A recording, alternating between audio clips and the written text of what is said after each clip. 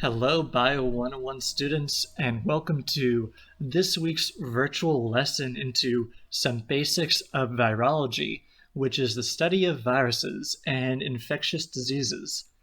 Well, let's go into something called central dogma of biology, which is a brilliant understanding of how our genetic material replicates. This is what happens in our cells, plant cells, all that.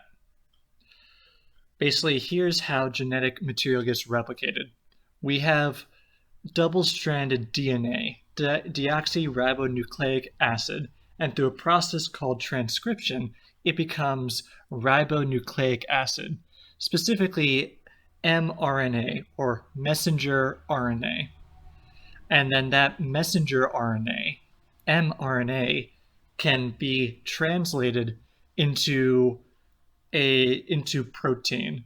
So effectively, this is how we go from genetic material in our genes into actual proteins that do functions or encode for stuff. That's the key.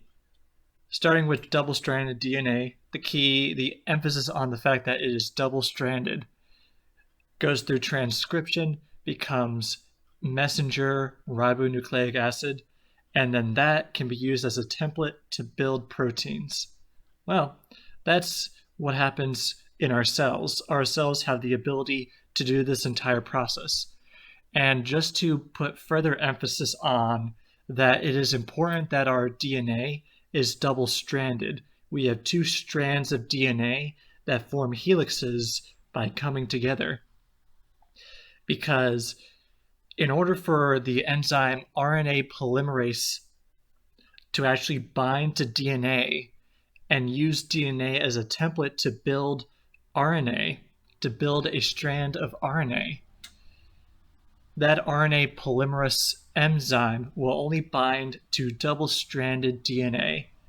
If there's just a single strand of DNA, then our enzyme will not be capable of replicating, or I should say, will not be capable of forming that RNA strand, which will then be used to build protein. So, just the key of this slide, we are only able to build ribonucleic acid off of a strand of DNA that's part of a double-stranded helix. If it's a single strand of DNA, then you cannot use that yourself to build RNA. Viruses are different, but this is just talking about us.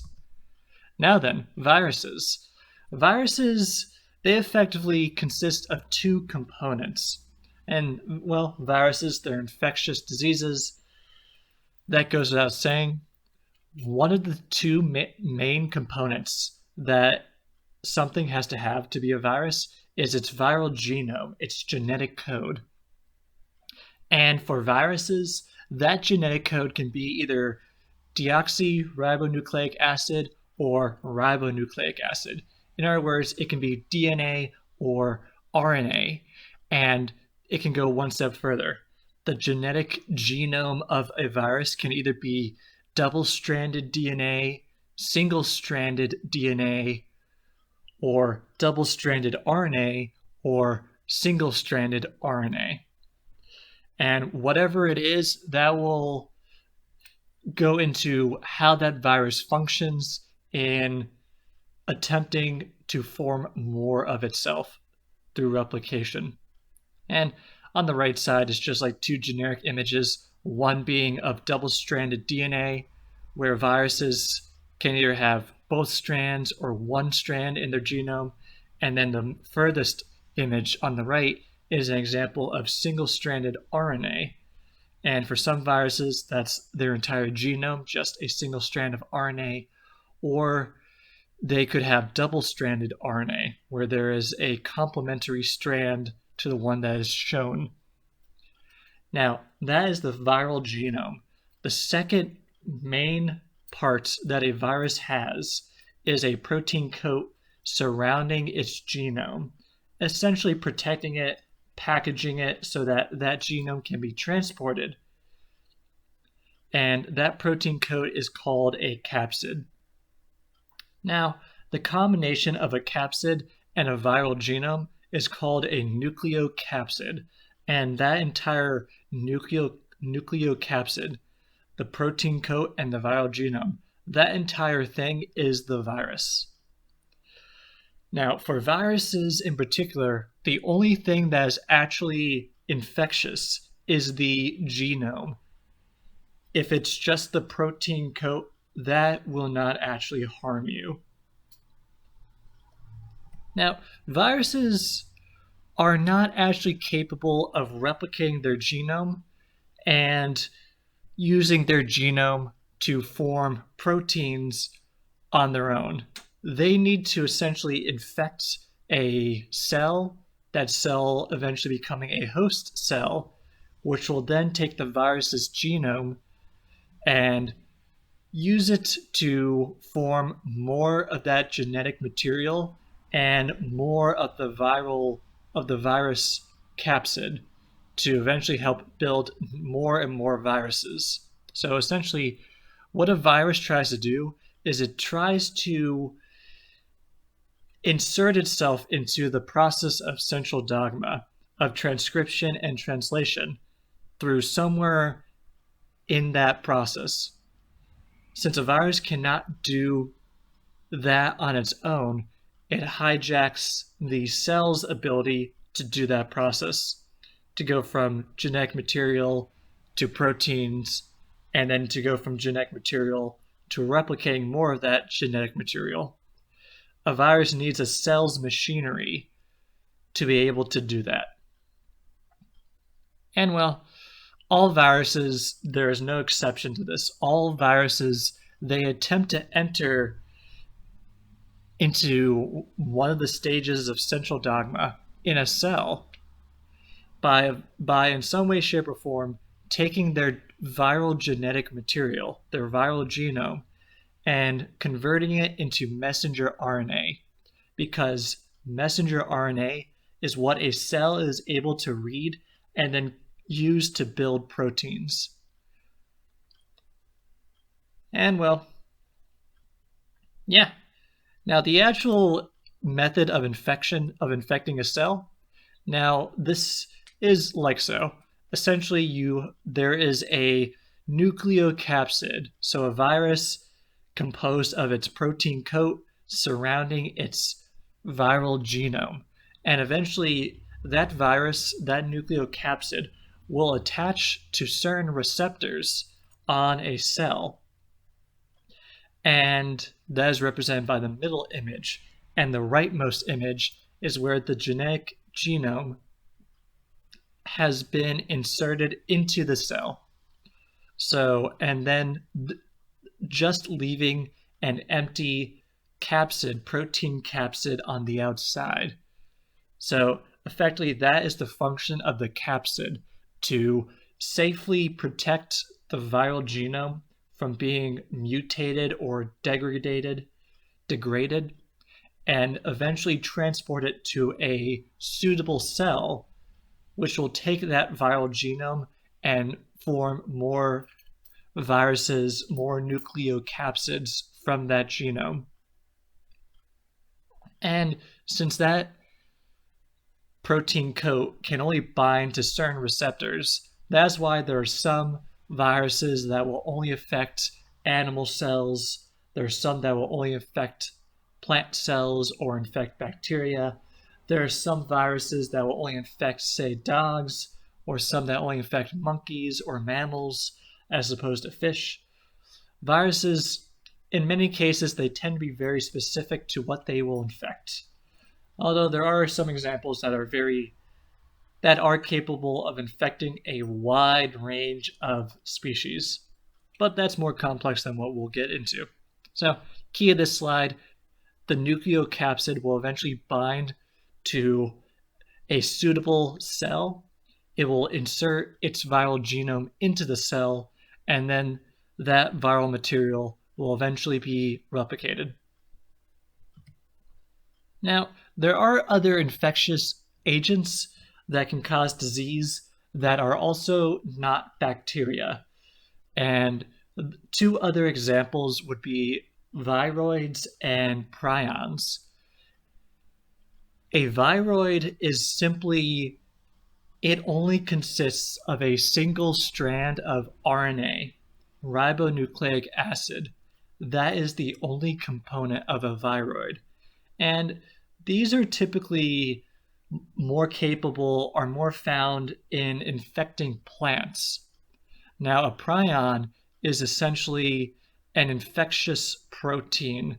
It only is made of protein material. It has no genome whatsoever. And essentially, a prion is a distorted version of a healthy protein.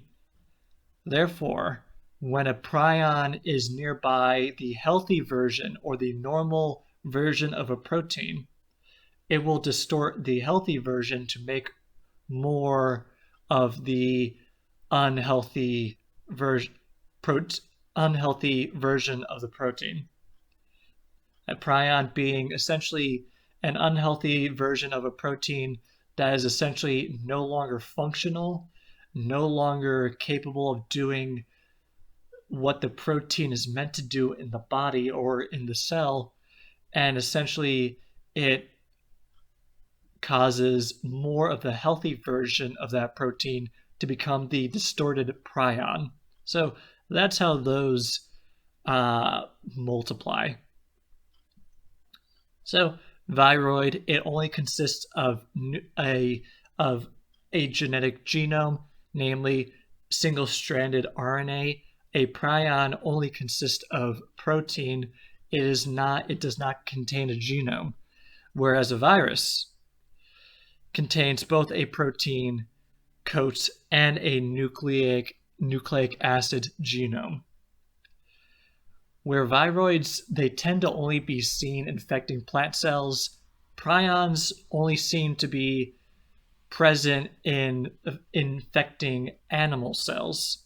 Whereas certain viruses can infect plants, some can infect animals, some of them can infect bacteria, things like that. Viruses are more capable of infecting a wider range of species, whereas prions are more just a problem in the animal kingdom, and viroids are more a problem in the plant kingdom.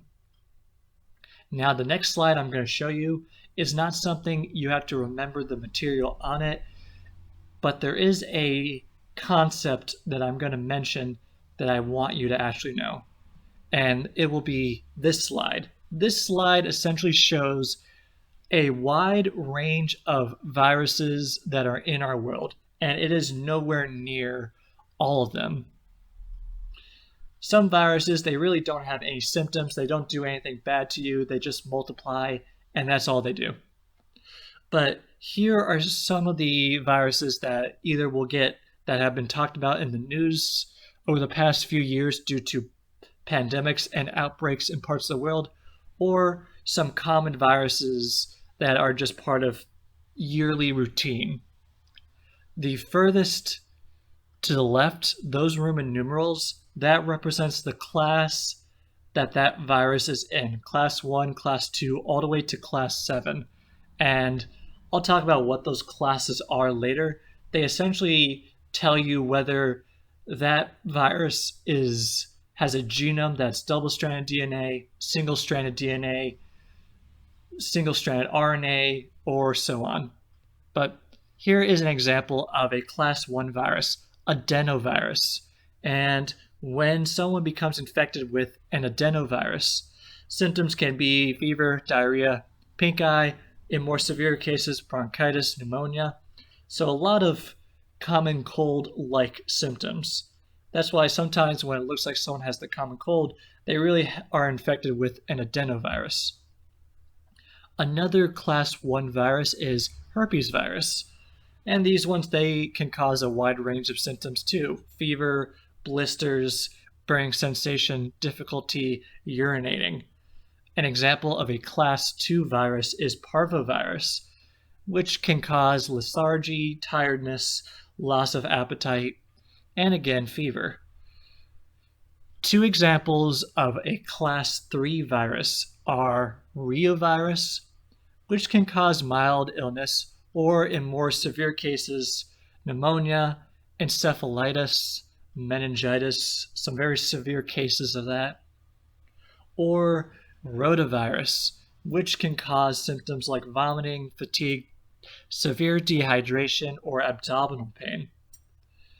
Some class 4 viruses include poliovirus, which more or less has been eradicated from the face of the earth. There are still pockets of it, but it's not nearly as terrible as it used to be thanks to the use of vaccines to help prepare people to fight the polio virus. Now, the polio virus, when it was able to infect a lot of people, it did usually give fevers and headaches and nausea.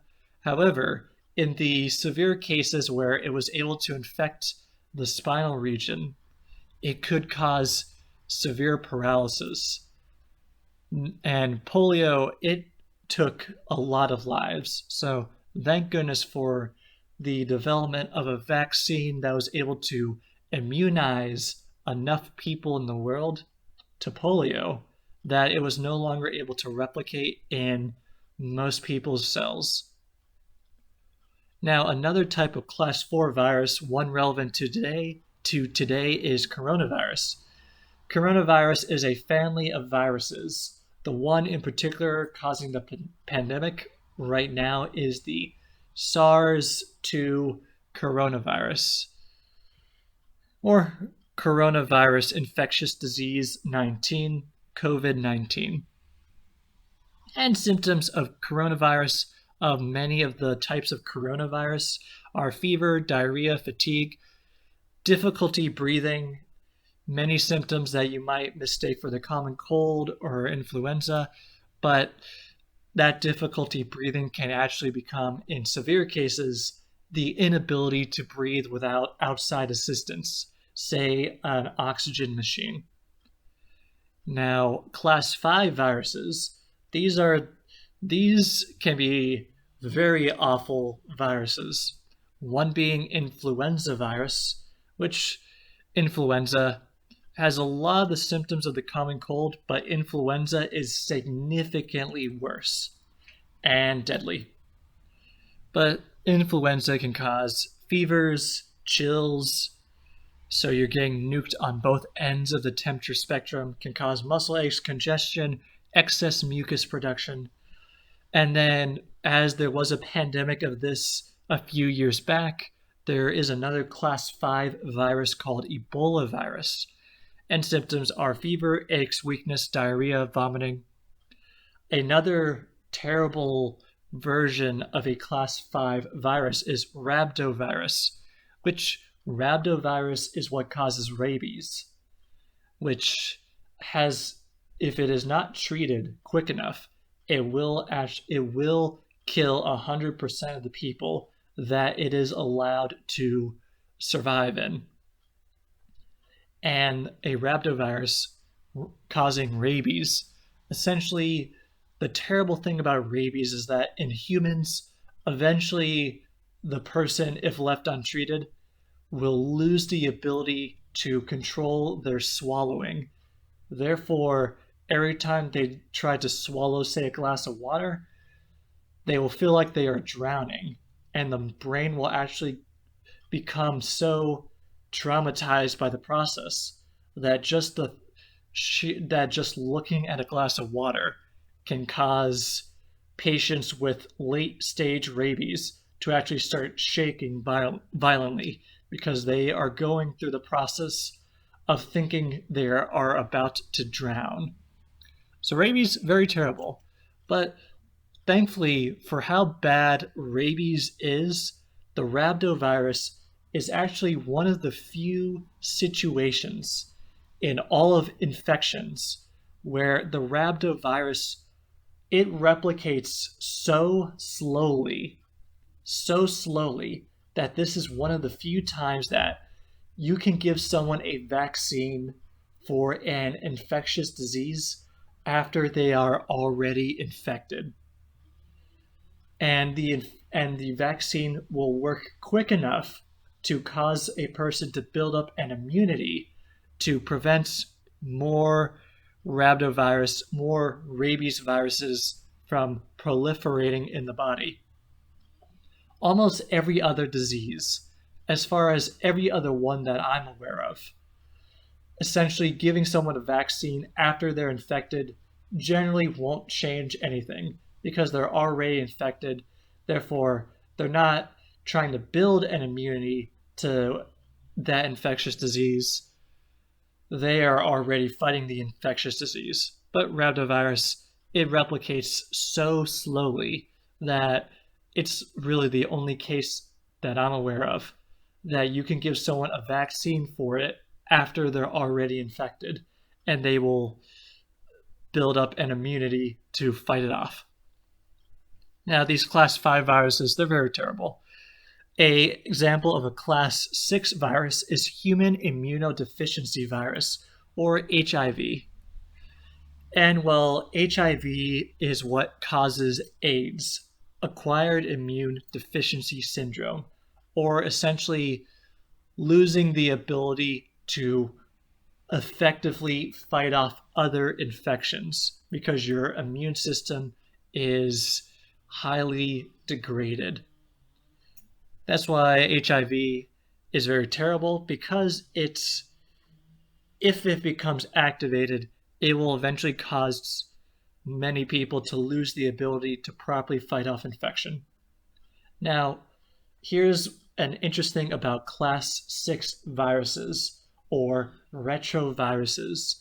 Essentially, these kind of viruses, HIV included, they will insert their genetic genome into your own genetic genome.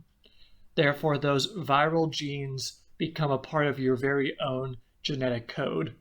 And they may actually become inactive. They might not do anything for years until, under the right conditions, something causes those viral genes that were inserted into your genome, something causes them to activate, and then they start causing problems. So HIV, just because the virus infects you, does not necessarily mean that when it does infect you, it might actually cause its typical symptoms. But because it inserted its genome into you, into your own genetic code, it's really a matter of time before the right conditions happen that activates those viral genes. And then class 7 viruses, an example would be the hepatitis viruses, which hepatitis B in particular can cause fever, appetite loss, nausea, and dark urine. Now, all these viruses, all these names, this is not information I will test you on. It's not meant. Here is actually what I want you to remember. I want you to remember that there are many different kinds of viruses, yet many of them cause the same symptoms in people. Therefore, there is difficulty in actually diagnosing what current virus is infecting someone. And furthermore, these are not bacteria. Where bacteria, you can generally give some antibiotic and it will get rid of all the bacteria, regardless of what kind of bacteria you're talking about. In some cases, viruses are very different. Just because you build up an immunity to one type of virus that would give you a fever, that does not mean you have built up an immunity to another type of virus that would give you the same symptoms. Each virus is very unique. Therefore, there really is not any antiviral medicine that will treat every single virus out there. And in most cases, any vaccine is really only tailor-made for a very specific virus. For example, the polio vaccine, it's only really good at helping people build up an immunity to polio virus. Just in case they ever get infected, then they won't actually suffer from the horrible symptoms of polio. but a polio virus vaccine will not help you with coronavirus, will not help you with essentially fighting off other viruses. Well, that's really what I want to emphasize in this slide. The terrible thing about viruses is that they can cause similar symptoms in your body. However, it's very hard to actually pin down what type of virus you're being infected with, because you need to know the type of virus before you can actually start treating the cause of those symptoms. You can always help someone manage their symptoms, but if you ever want to prevent a virus from proliferating, from causing a pandemic, things like that, you need to know what virus you are actually being infected by and how it works. Or only let so many people get infected and let it die off. Now, that is the end of testable material. Again, everything from before this slide, except I'm not going to test you on, say, is an adenovirus a class 1 virus, or what are the symptoms. That last slide was just to emphasize each virus is its own story, and it's its own method of trying to treat it. That's the only thing from that slide. But yeah, everything I'm about to get into is just to further give you an introduction into virology. But this later information will not be on an exam. And essentially, when it comes to classifying the different viruses, there have been people who tried to classify viruses by their shapes and also by the symptoms they caused, but that proved being very ineffective because many viruses cause the same symptoms. Therefore, that doesn't really help you distinguish viruses from each other.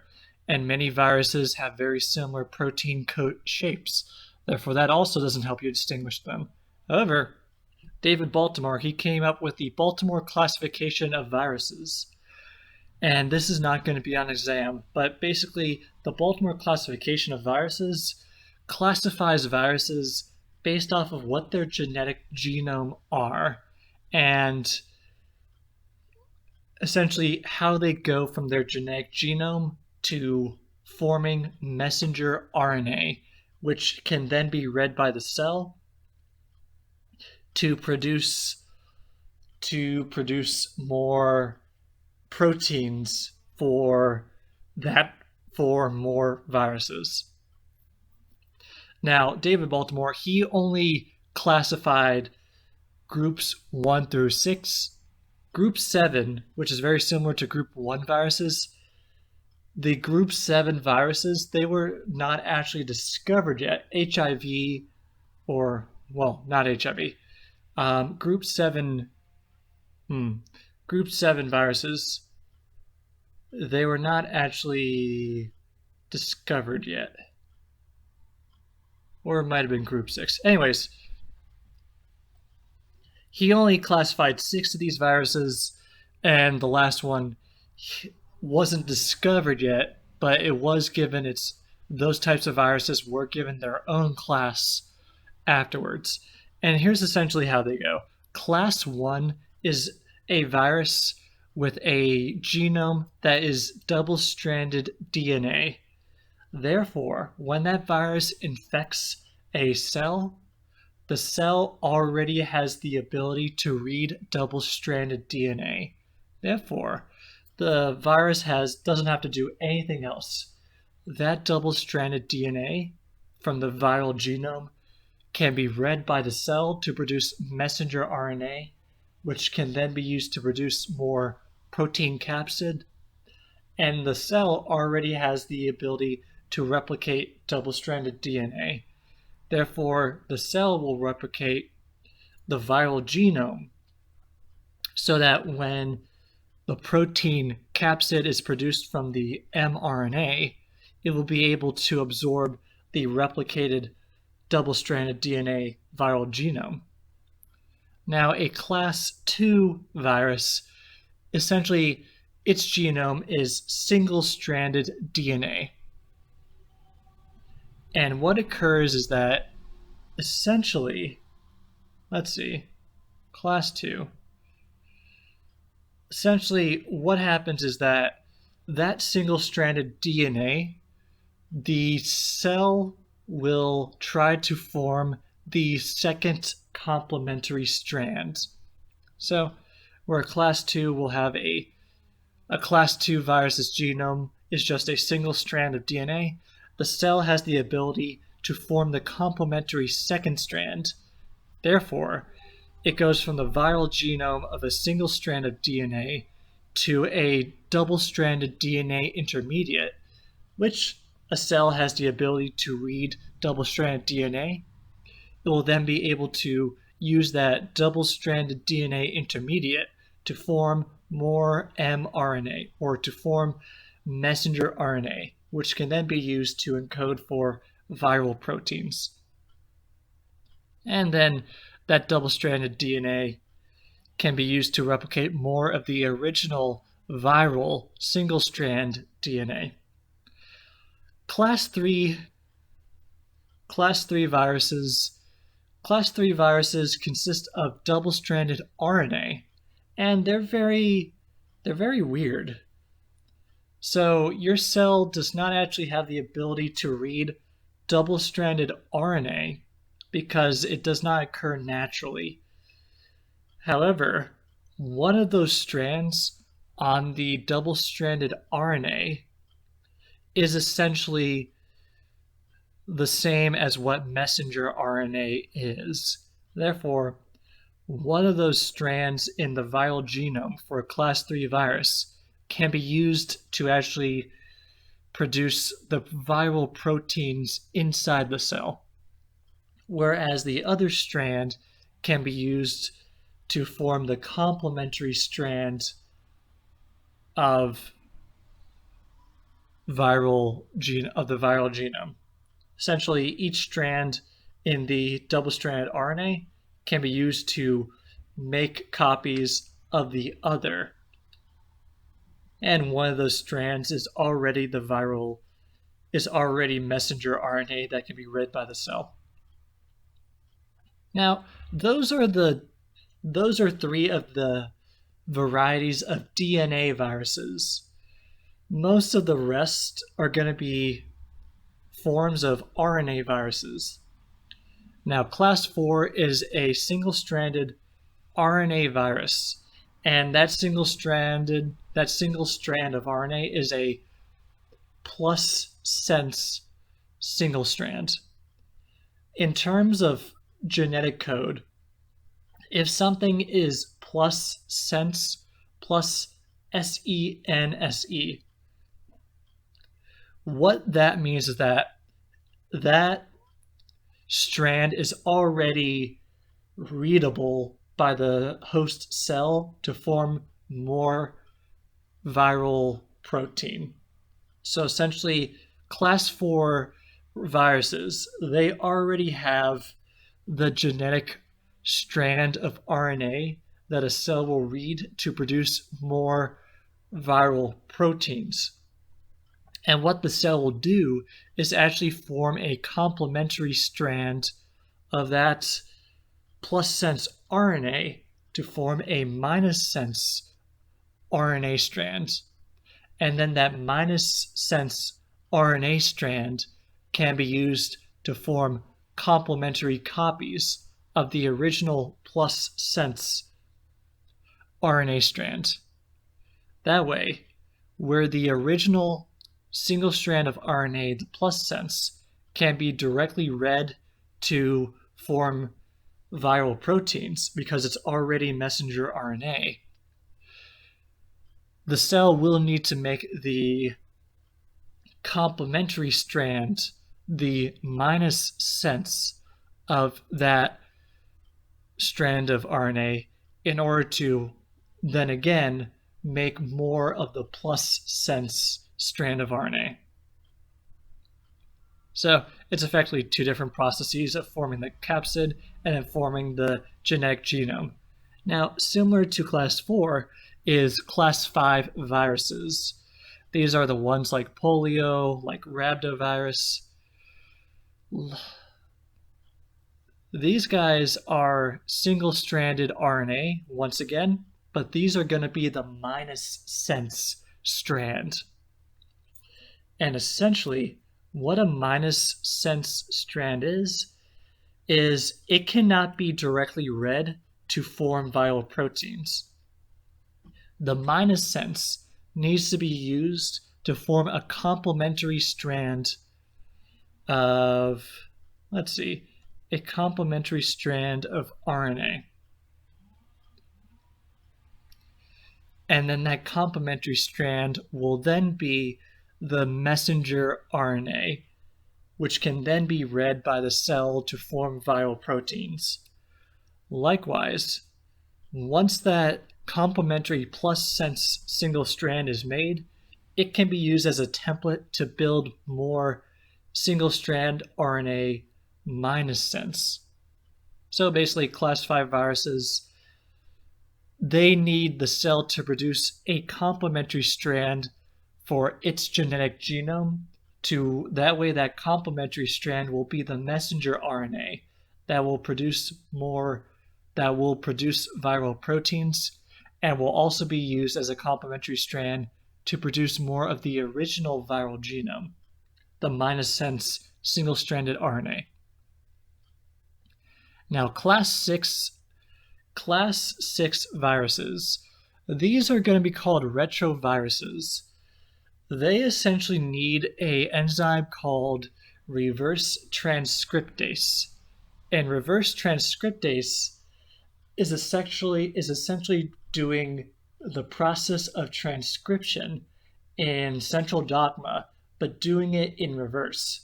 Instead of going from DNA to RNA, reverse transcriptase takes a strand of RNA to produce a complementary strand of DNA. Therefore, retroviruses, they will take their single strand of RNA, produce a complementary strand of DNA. Therefore, it's a double helix where one of the strands is DNA and one of the strands is the original viral RNA. Then the RNA strand will disintegrate and the cell will produce a complementary strand of DNA to replace the RNA strand that disappeared. And then, similar to class 2 viruses, the class 6 virus will have an intermediate that is made of double-stranded DNA, which can then be easily read by the cell to form messenger RNA, which will be used to form viral proteins, and eventually the cell will produce more of the viral genetic genome, which will be that single strand of RNA. Now, in this picture, the number 7 is right next to the number 1. That's because both class 1 and class 7 viruses both have double-stranded DNA genomes. It's just that for a class 7 virus, parts of one of those strands has gaps in it. So there will be one strand that is more or less complete, and then a second strand that is only partially filled in, not completely pairing with everything on the other strand. Therefore, a class 7 enzyme, in order to replicate, or a class 7 virus, in order to replicate, once it inserts its genome into the cell will essentially fill in the gaps of that second strand of DNA, forming a complete double-stranded DNA complex. And since it is double-stranded DNA, the cell will already have the machinery to read it. to read it and form messenger RNA to form viral proteins for the viral coat for the capsid. And with it being DNA, the cell will mistakenly make more of the viral genome. Yeah, it's a very complex process, and that's why we're not actually going to test it. But this is another way of looking at it. This is the Baltimore classification of viruses, but basically showing in the top what class of virus they are, and then what their genomes are, and then essentially what needs to happen to form more messenger RNA. Well, class 1 starts as double-stranded DNA, therefore the cell will know what to do to convert that DNA into messenger RNA to then form more proteins. Class 2 starts out with a viral genome that is a single strand of DNA, and that single strand of DNA will then be used as a template to form the complementary second strand of DNA. And then since it is now double-stranded, the cell can read that to form messenger RNA. Class 3 viruses are just double-stranded RNA, and one of those strands is already the messenger RNA that can be used to form viral proteins, whereas the second strand can be used as a template to form more of the mRNA-like strand. And then class 4 enzymes consist of a plus sense single-strand RNA. That plus sense is already messenger RNA. It can already be used to produce more viral proteins, but that plus sense needs to be used as a template also to form a negative sense strand of single-stranded RNA, which can then be read to form more of the plus sense, the original viral genome. Class 5 viruses, they consist of a minus strand of a minus single strand of RNA. And the minus sense, well, that cannot be, the minus sense RNA cannot be directly read to form proteins. Therefore, it will be used as a template to form messenger RNA, the complementary strand.